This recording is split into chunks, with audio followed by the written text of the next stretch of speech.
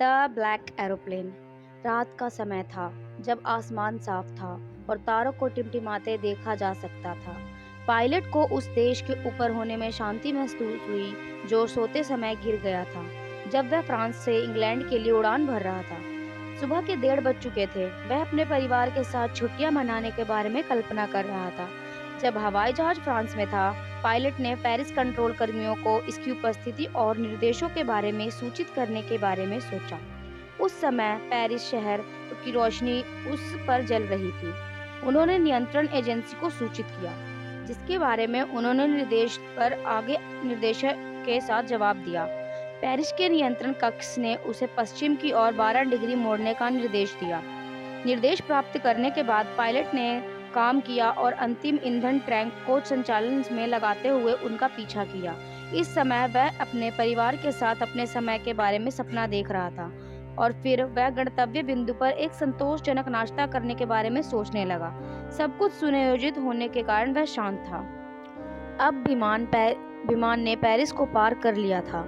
जब उसने आकाश में बादल देखना शुरू किया था, बादलों की उपस्थिति ने हवा से यात्रा करना असुरक्षित बना दिया क्योंकि तूफान की संभावना थी। वे इतने विशाल और गहरे थे कि पायलट ने उनकी तुलना काले पहाड़ों से की है।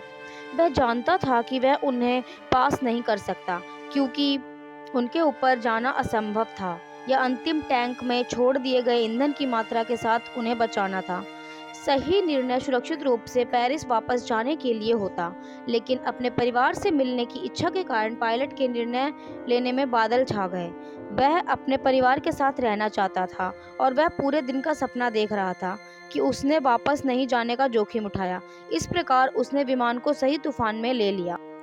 तूफान की वजह से इतना अंधेरा था कि विमान के बाहर कुछ भी दिखाई नहीं दे रहा था। उसने हवाई जहाज से नियंत्रण खोना शुरू कर दिया। खराब मौसम के कारण कंपास और अन्य उपकरणों ने भी काम करना बंद कर दिया था। वह असहाय हो गया। उन्होंने पेरिस कंट्रोल एजेंसी को फोन करने की कोशिश की, जिसने पहले उसकी मदद की थी, लेकिन मौसम की वजह से कनेक्ट नहीं हो सका। बीच में जब कुछ विफल हो गया तो उसने एक और हवाई जहाज को देखा तो आशा की किरण दिखाई दी। उन्होंने राहत महसूस की। अब उन्होंने और पायलट का चेहरा देखा और उसे तूफान से बचने में मदद करने की इच्छा दिखाई।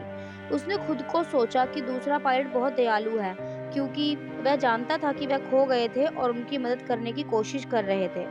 दूसरे पायलट ने अपने विमान को खोए हुए हवाई जहाज से आगे ले जाने के लिए उन्हें आसान बनाने के लिए उनका अनुसरण किया, जबकि लेखक ने उसे आज्ञाकारी बच्चे की तरह पालन किया।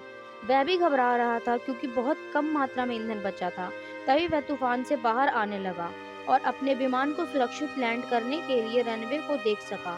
जब वह दूसरे पायलट को धन्यवाद देने के लिए मुड़ा, तो उसे एहसास हुआ कि जिस विमान ने इसकी मदद की थी, वह तूफान से बाहर आते ही गायब हो गया था।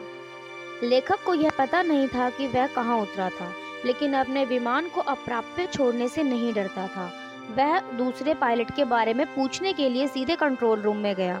अपने अत्यंत आश्चर्य के कारण महिला ने उसे सूचित किया कि खराब मौसम के कारण उसके पास आकाश में कोई और विमान नहीं था।